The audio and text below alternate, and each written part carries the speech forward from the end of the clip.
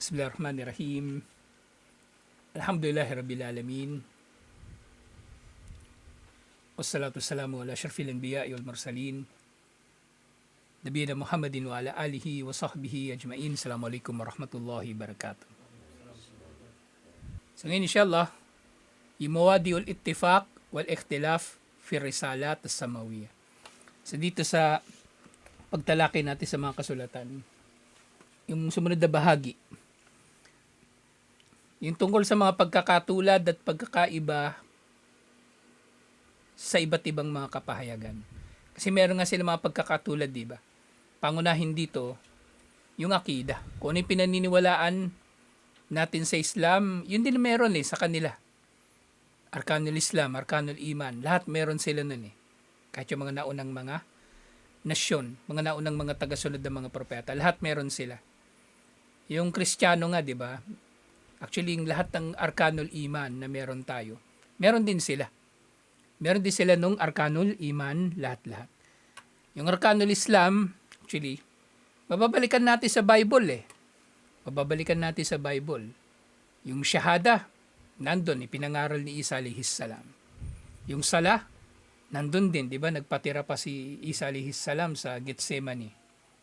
Tapos yung Zakah, pinangaralan niya yung mga tao na magkawang gawa. Pag-aayuno, yung Hajj.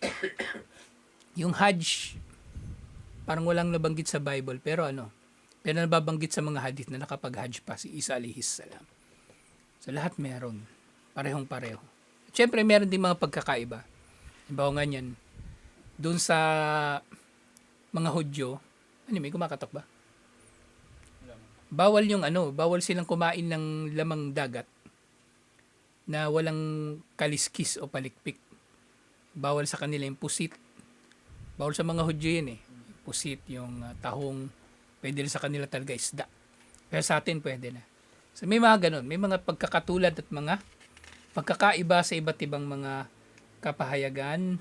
Alhamdulillah. So yun yung unang nabanggit dito, ad-dinul wahid. Nag-iisang relihiyon. So ito yung pagkakatulad nila. Ito ay kumbaga lahat ng kapahayagan ay nagpapahayag tungkol sa nag-iisang relihiyon. O isang relihiyon lang ang kanilang ipinangaanyaya o ipinangangaral. At ibig sabihin din ito, hindi iba ang relihiyon ng mga propeta. Hindi iba. Hindi nagkakaiba-iba. Kumbaga, ang relihiyon ni Isa alayhis salam, ni Propeta Muhammad sallallahu alaihi wasallam, mula sa kauna-unahan, kay Adam alayhis salam, pare-pareho puro Islam, alhamdulillah. So, ad-dinul wahid, ang pinangangaral at kumbaga, nilalaman ng mga kapahayagan.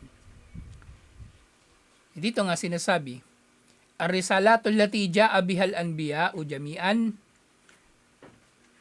munazzalatun min indillahil alimil hakim al-khabir. Ang lahat ng mensahe na dala ng mga propeta, lahat-lahat mula sa kauna-unahan hanggang sa kahuli-hulihan, ay ibinaba mula kay Allah, ang nakaaalam, ang matalino at ang nakababatid. Walidhalika, fa innaha tamathala siratan wahidan yaslukuhu sabik wallahik, na ito ay kumbaga kumakatawan o kaya ay nagpapabatid kung ano ang landas na marapat na tahakin ng mga nauna at ng mga nahuli, lahat ng mga tao. Wa min khilali isti'radina li da'watir rusuli lati asyara ilayha al-Quran najidu anna ad-din alladhi da'at ilayhi ar-rusul jami'an wahidun huwa al-Islam. At kung pag-aaralan nga natin yung da'wa ng lahat ng mga propeta, isa lang ang relihiyon na kanilang ipinangaral o ipinanganyaya patungo rito, Islam lang talaga. Islam lang. Ano pa ito hindi pa ako Muslim. Kasi nga palabasa ako So, nung pinag-aaralan ko ng Islam, iniisip ko, parehong-pareho pala halos. Nagkakalapit pala talaga yung Islam at yung Kristyanismo. At kung tatanggalin sa Kristyanismo yung mga doktrina at mga gawaing pagsamba na idinagdag lang naman nila.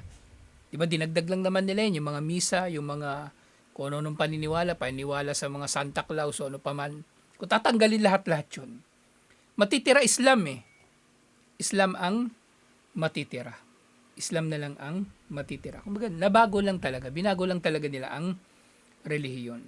Kaya nga kung objective yung tao, marirealize niya ito eh, ng Islam hindi kakaiba sa relihiyon nila. Iba, Hudyo o Kristiyano, pag-aaralan niya yung Islam, makikita niya hindi kakaiba ang Islam. Nagiging kakaiba lang ang Islam kasi pinasasama ng mga tao eh. Pinasasama ng mga tao. Yung mga Muslim, over-reported kapag terorista Muslim, criminal Muslim, binabalita agad Muslim. Pero pag Muslim yung biktima, o Muslim yung yung bayani, hindi binabalita, hindi binabanggit na Muslim. Pao niyan, di ba sa Australia? Meron doon na maril. Ang nakapigil doon, Muslim. Ganun talaga, inagaw niya yung baril, na baril pa siya eh. Inagaw niya.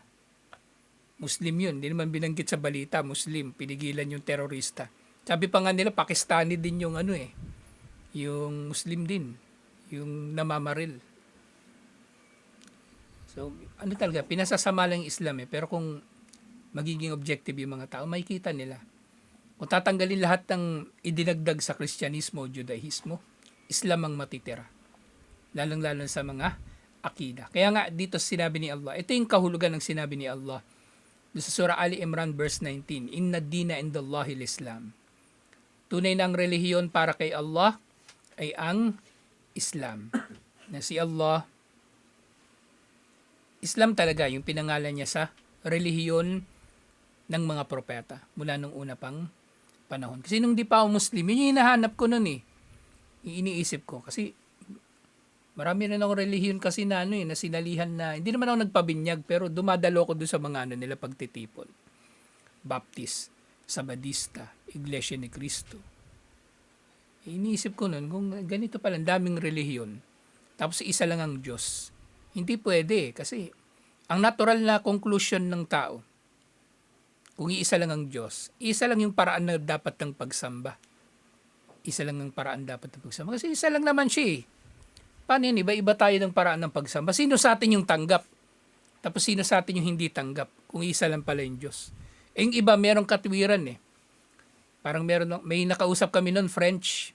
Muslim na ako noon nung nakausap namin. French. Sabi niya, walang problema yan kasi malay mo, yung Diyos meron pala siyang sense of humor. Anong kinalaman ng sense of humor?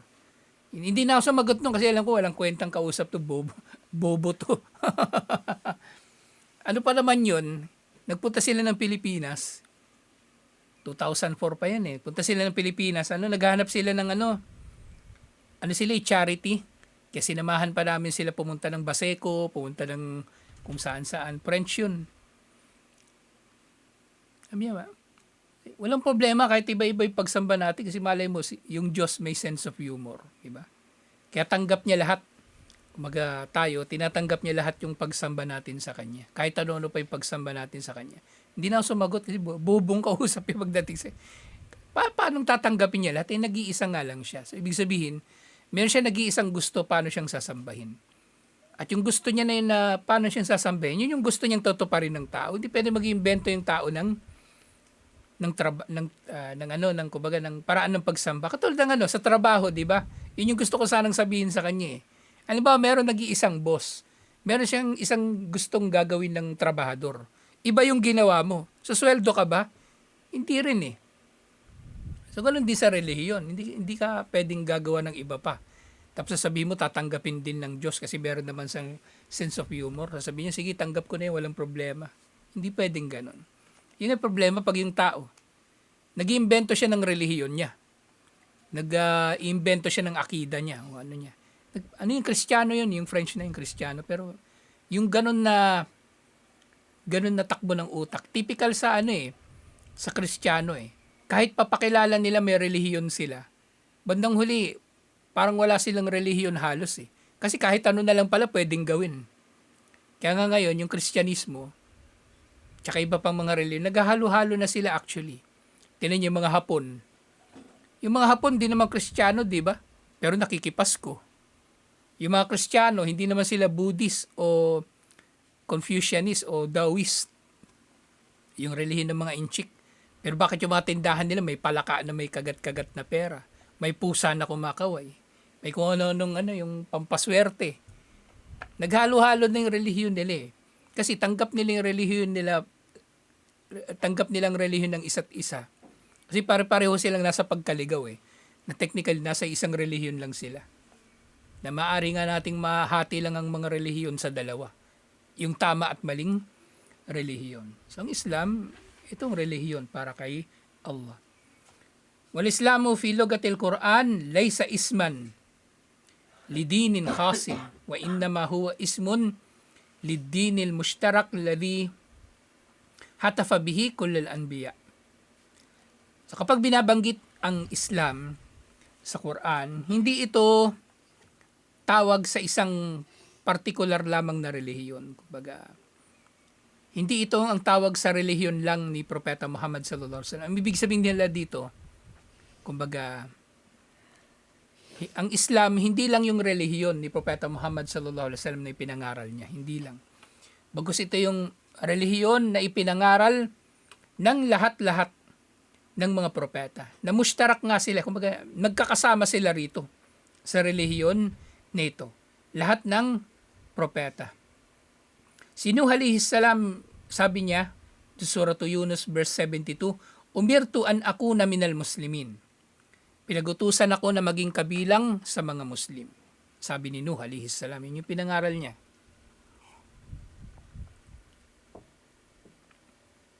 Wal Islamu huwa ad-dinu alladhi amara Allahu bihi abal anbiya Ibrahim alayhi salam. Si Ibrahim alayhi salam, ganun din ang sinabi niya sa Surah Al-Baqarah verse 131. "Idh qala lahu rabbuhu aslim."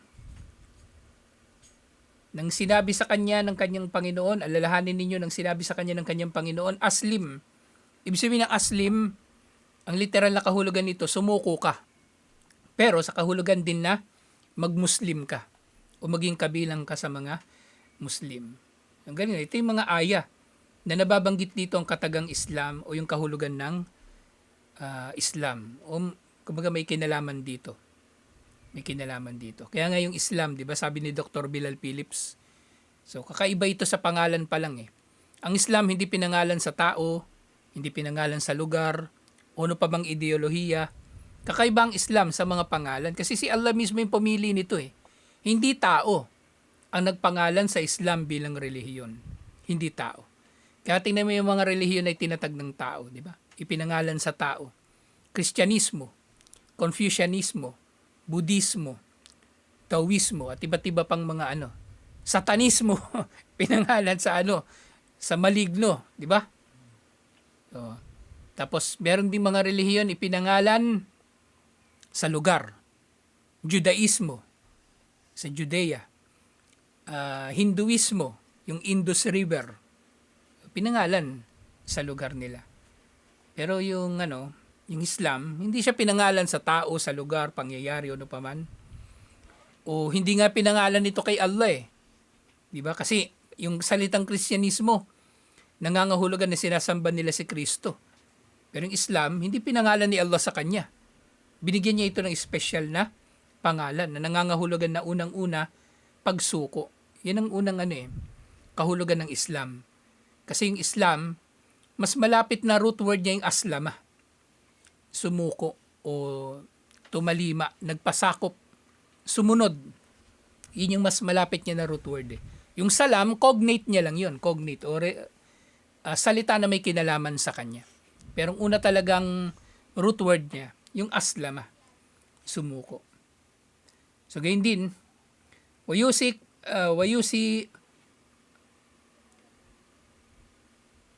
kullu min Ibrahim wa Yaqub abnaahu.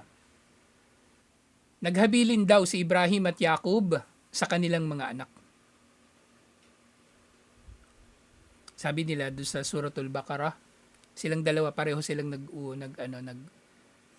nabasa na natin ito doon sa Baqarah. 'Di ba? Si Ibrahim tapos si Yaqub naman yung binanggit. Fala tamutunna illa wa antum muslimun. Wag na wag kayong mamamatay liban na lamang na kayo ay mga Muslim. Yun nga sa susunod. Si Ibrahim yun, yung nagsabi. Pero susunod si Jacob naman ang nagsabi sa kanyang mga anak, sino ang sasambahin ninyo paglisan ko? Sasabi ng mga anak niya, na'budu ilahaka wa ilaha abaika, Ibrahim wa Ismail wa Ishaq. Ang sasambahin namin paglipas mo, paglisan mo, ay ang Diyos mo, si Allah, na Diyos ng iyong mga ninuno, si Ibrahim, si Ismail, at Ishaq. Ilahan wahida, nag-iisang Diyos, wa nahnu lahu muslimun, at kami para sa kanya ay mga Muslim. So binanggit na naman yung salitang Muslim. Wa Musa yaqulu liqaumihi, at si Musa alayhis salam sinabi niya sa kanyang nasyon. Maganda, ilista nyo ito, magandang pangdawa ito, mashallah. Lahat ng mga aya na ito, nababanggit yung katagang Muslim o Islam. Ngayon naman Surah Yunus verse 84. Ya qaumi in kuntum amantum billahi fa'alayhi tawakkalu in kuntum muslimin. O aking nasyon, sabi ni Musa alayhis salam, kung kayo ay nananampalataya kay Allah, ay marapat kayong manalig sa Kanya kung kayo ay mga Muslim. Kung kayo ay mga Muslim. So tinawag niya yung mga kasama niya bilang Muslim. Wal hawariyun, pati mga disipulo ni Isa alayhis salam. Sabi ng mga disipulo kay Isa alayhis salam, Surah Ali Imran verse 52. Aman na billahi washhad bi anna muslimun. Nanampalataya kami kay Allah at sumaksi ka, Isa alayhis salam, sumaksi ka na kami ay mga Muslim. Na kami ay mga Muslim. Wahina sami'a fariq min ahlil kitabil Quran, at nang narinig daw ng isang grupo ng mga ahlul kitab ang Quran, panahon na ito ni Propeta Muhammad sallallahu alaihi wasallam, qalu amanna bihi innahul haqq. Sabi nila doon sa Suratul Qasas verse 53, sabi nila, nananampalataya kami kay Allah, naniwala kami kay Allah, tunay na siya, si Allah ang katotohanan. O maaring tinutukoy dito yung Islam o yung pananampalataya kay Allah. Tunay na ito ang katotohanan mula sa aming Panginoon. At tama, tinutukoy dito yung relihiyon. Tunay na ito ang katotohanan mula sa aming Panginoon, ang Islam. Inna kunna min qablihi muslimin.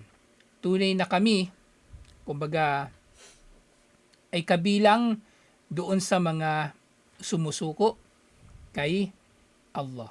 Kami naging kabilang sa mga sumusuko kay Allah, sa mga Muslim kay Allah.